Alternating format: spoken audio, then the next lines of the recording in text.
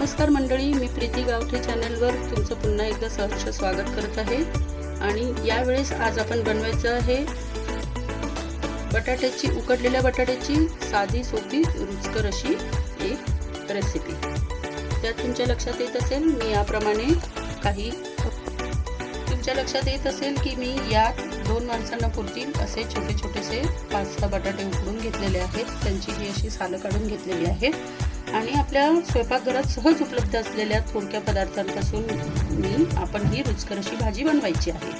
त्यात सर्वप्रथम हिंग आहे, पावभाजी मसाला आहे, मालवणी मसाला आहे, हळद आहे, चवीनुसार मीठ आहे, धने जिरे पूड आहे, चिरून कापून तुकडे केलेला असा कढीपत्ता आहे आणि थोडीशी कोथिंबीर आहे। चला तर मग आपण या भाजीला बनवायला घेऊया। तर मंडळी, सर्वप्रथम आपण थोडंसं तापलेल्या कढईत थोडंसं तेल घालायचं आहे। 1-2 चमचे तेल चांगल्यापैकी बऱ्यापैकी तापल्यानंतर नेहमीप्रमाणेच मी थोडीशी राई जिरं घेतलेलं आहे, ते त्यात टाकायचं आहे। राई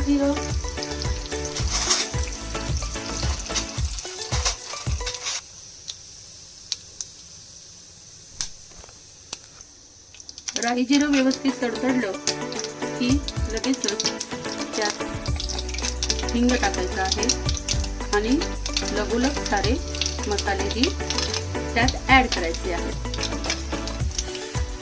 अगदी कढीपत्त्यासहित।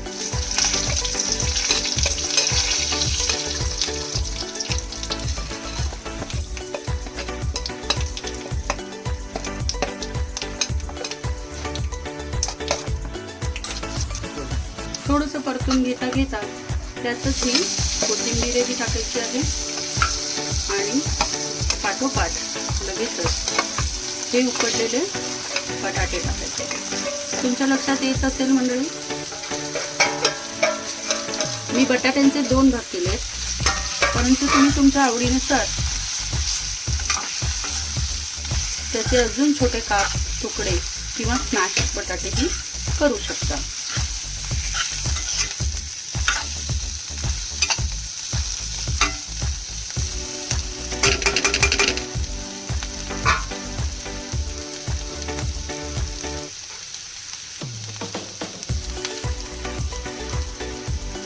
तर मंडळी, हे बटाटे आधीच शिजलेले असल्यामुळे त्याला फक्त हा जो पूर्ण मसाला आहे तो पुरता लागतोय आणि थोडासा त्याला कढईचा शेक बसतोय चांगल्यापैकी असं लक्षात येतात आपण मगाशी जे झाकण ताटली घेतलेली होती मसाल्यांसाठी ती त्यावर पण झाकून घ्यायची आहे, अगदी 5 ते 4 मिनिटासाठी। तर मंडळी, अवघ्या 4 ते 5 मिनिटातच आपण हे झाकण काढायचे आहे आणि पुन्हा एकदा हे जे चांगल्या पद्धतीने शेक बसलेले बटाटे तुमच्या लक्षात येत असेल, अतिशय चविष्ट रुचकर असे दिसत आहेत, अतिशय चविष्ट आणि रुचकर दिसत आहेत। अशा बटाट्यांवर या स्टेजला आपलं मालवणी स्पेशल खोबऱ्याचं चव म्हणजेच खोबऱ्याचा किस घालायचा आहे।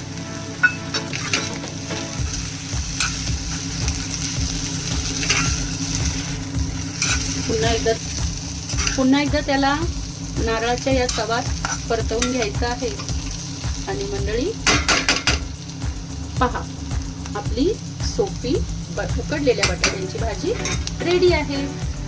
जर तुम्हाला ही भाजी सोपी, रुचकर आणि आवडली असेल बनवण्यासाठी तर प्लीज ही घरी तुम्ही ट्राय करा आणि माझ्या चॅनलला सबस्क्राईब करा। तुमच्या मौल्यवान कमेंट्स द्यायला विसरू नका आणि आवडली असेल तर लाईक करा। मस्त रहा। थँक्यू।